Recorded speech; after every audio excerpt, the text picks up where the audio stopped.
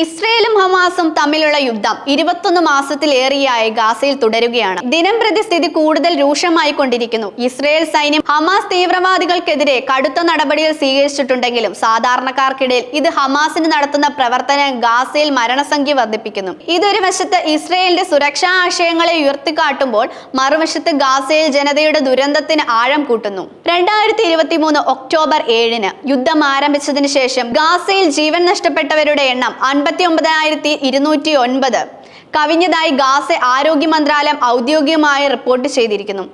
1,42,135 പേർക്ക് പരിക്കേൽക്കുകയും ചെയ്തു. ഈ കണക്കുകൾ ഗാസയിലെ മാനുഷിക ദുരന്തത്തിന്റെ വ്യാപ്തി വെളിപ്പെടുത്തുന്നു. എന്നിരുന്നാലും ഈ കണക്കുകളിൽ എത്ര സാധാരണക്കാരും എത്ര തീവ്രവാദികളും കൊല്ലപ്പെട്ടു എന്ന് മന്ത്രാലയം വ്യക്തമാക്കുന്നില്ല. ഇത് യുദ്ധത്തിന്റെ സങ്കീർണത വർദ്ധിപ്പിക്കുന്നു. ഹമാസ് തീവ്രവാദികൾ സാധാരണക്കാർക്കിടയിൽ ഒളിച്ചിരിക്കുകയാണെന്നും ജനസ്രാസ്ത്രകളിൽ പ്രദേശങ്ങളിൽ നിന്നാണ് അവരുടെ ആക്രമണങ്ങൾ നടത്തുന്നതെന്നും ഇസ്രയേൽ ആരോപിക്കുന്നു. ഇത് ഇസ്രയേൽ സൈന്യത്തിന് സാധാരണക്കാരെ ഒഴിവാക്കി ലക്ഷ്യമിട്ട് വെല്ലുവിളിയാകുന്നു. ഹമാസ് സാധാരണക്കാരെ മനുഷ്യ കവചങ്ങളാക്കി ഉപയോഗിക്കുന്നു എന്ന ആരോപണം ഇസ്രയേൽ സൈന്യം പലപ്പോഴും ഉന്നയിച്ചിട്ടുണ്ട്.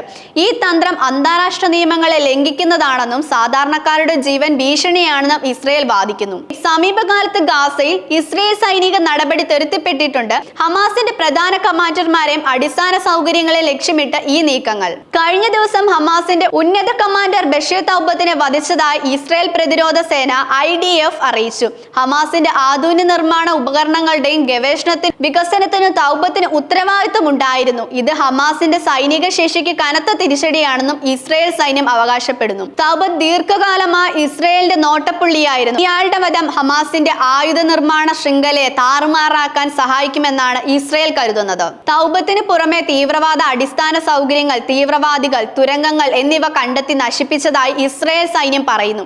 ഗാസയിലെ ഹമാസിന്റെ വ്യാപകമായ തുരങ്ക ശൃംഖല ഇസ്രയേൽ സൈന്യത്തിന് വലിയ വെല്ലുവിളിയാണ് ഉയർത്തുന്നത്. ഈ തുരങ്കങ്ങൾ ആയുധങ്ങൾ കണ്ടെത്തുന്നതിനും തീവ്രവാദികൾക്ക് ഒളിസങ്കേതങ്ങൾ ഒരുക്കുന്നതിനും ഉപയോഗിക്കുന്നു.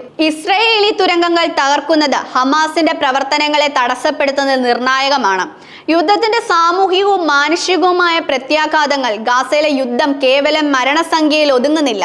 അത് അവിടുത്തെ ജനങ്ങളുടെ ജീവിതത്തിൽ ഗുരുതരമായ സാമൂഹികവും മാനുഷികവുമായ പ്രത്യാഘാതങ്ങൾ ഉണ്ടാക്കുന്നുണ്ട്.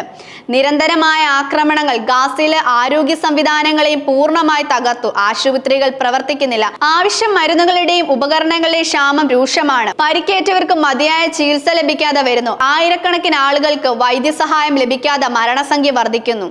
യുദ്ധം കാരണം ഗാസയിലേക്ക് ഭക്ഷണവും മറ്റ് അവശ്യ സാധനങ്ങളും എത്തിക്കുന്നതിലായ വലിയ തടസ്സങ്ങൾ നേരിടുന്നുണ്ട്. ഇത് ലക്ഷക്കണക്കിന് ആളുകളെ പട്ടിണിയിലേക്ക് തള്ളിവിട്ടിരുന്നു. UN ഏജൻസികൾക്ക് ഗാസയിൽ പട്ടിണി മരണങ്ങൾ റിപ്പോർട്ട് ചെയ്തിട്ടുണ്ട്. ശുദ്ധമായ കുടിവെള്ളത്തിന്റെ ദൗർബല്യം മറ്റൊരു പ്രധാന പ്രശ്നമാണ്. അടിസ്ഥാന സൗകര്യങ്ങൾ തകർക്കുന്നതിനാൽ ശുദ്ധജല വിതരണം തടസ്സപ്പെട്ടു. ഇത് ജലജന്യ രോഗങ്ങൾ പടരാൻ സാധ്യതയുണ്ട്. യുദ്ധത്തിൽ ആയിരക്കണക്കിന് കെട്ടിടങ്ങൾ നശിച്ചു. ലക്ഷക്കണക്കിന് ആളുകൾക്ക് വീടുകൾ നഷ്ടപ്പെട്ടു. അവർക്ക് താൽക്കാലിക അഭയ കേന്ദ്രങ്ങൾ ദുരിതാശ്വാസ ക്യാമ്പുകളോ ആശ്രയിക്കേണ്ടി വരുന്നു. ഇത് വലിയ മാനുഷിക പ്രതിസന്ധിക്ക് കാരണമാകുന്നു. സ്കൂളുകളും യൂണിവേഴ്സിറ്റികളും അടച്ചുപൂട്ടിയതിനാൽ കുട്ടികളുടെ വിദ്യാഭ്യാസം തടസ്സപ്പെട്ടു. ഇത് ഗാസയുടെ ഭാവിയെക്കുറിച്ചുള്ള ആശങ്കകൾ വർദ്ധിപ്പിക്കുന്നു. ഒരു തലമുറയുടെ വിദ്യാഭ്യാസം നഷ്ടപ്പെടുന്നത് ദീർഘകാല പ്രഖ്യാതങ്ങൾ ഉണ്ടാക്കും.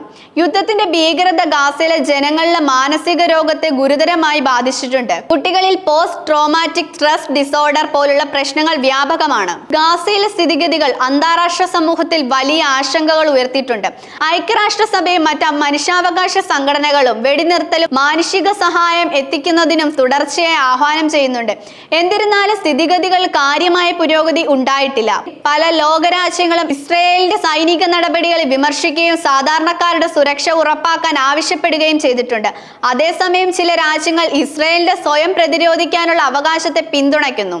ഇസ്രയേലും ഹമാസും തമ്മിലുള്ള യുദ്ധത്തിന് ഒരു രാഷ്ട്രീയ പരിഹാരം കണ്ടെത്തുന്നത് വെല്ലുവിളിയായി തുടരുന്നു. ഇരുപക്ഷവും അവരുടെ നിലപാടുകൾ ഉറച്ചു നിൽക്കുന്നതിൽ സമാധാനപരമായ ചർച്ചകൾക്ക് സാധ്യത കുറവാണ്. ഭാവിയിൽ സമാധാനപരമായ ഒരു പരിഹാരം കണ്ടെത്തണമെങ്കിൽ അന്താരാഷ്ട്ര സമൂഹം കൂടുതൽ ശക്തമായ ഇടപെടൽ നടത്തേണ്ടതുണ്ട് എന്ന് വിദഗ്ധർ അഭിപ്രായപ്പെടുന്നു. ഗാസയിലെ ജനങ്ങളുടെ ദുരന്തത്തിന് അറുതി വരുത്താൻ ഒരു അശാന്തി പരിഹാരം ആവശ്യമാണ്. ഈ യുദ്ധം എപ്പോൾ അവസാനിപ്പിക്കുമോ എന്ന്, ഗാസയിലെ ജനങ്ങൾക്ക് സാധാരണ ജീവിതം എപ്പോൾ തിരികെ ലഭിക്കുമോ എന്ന് ഇപ്പോഴും വ്യക്തമല്ല.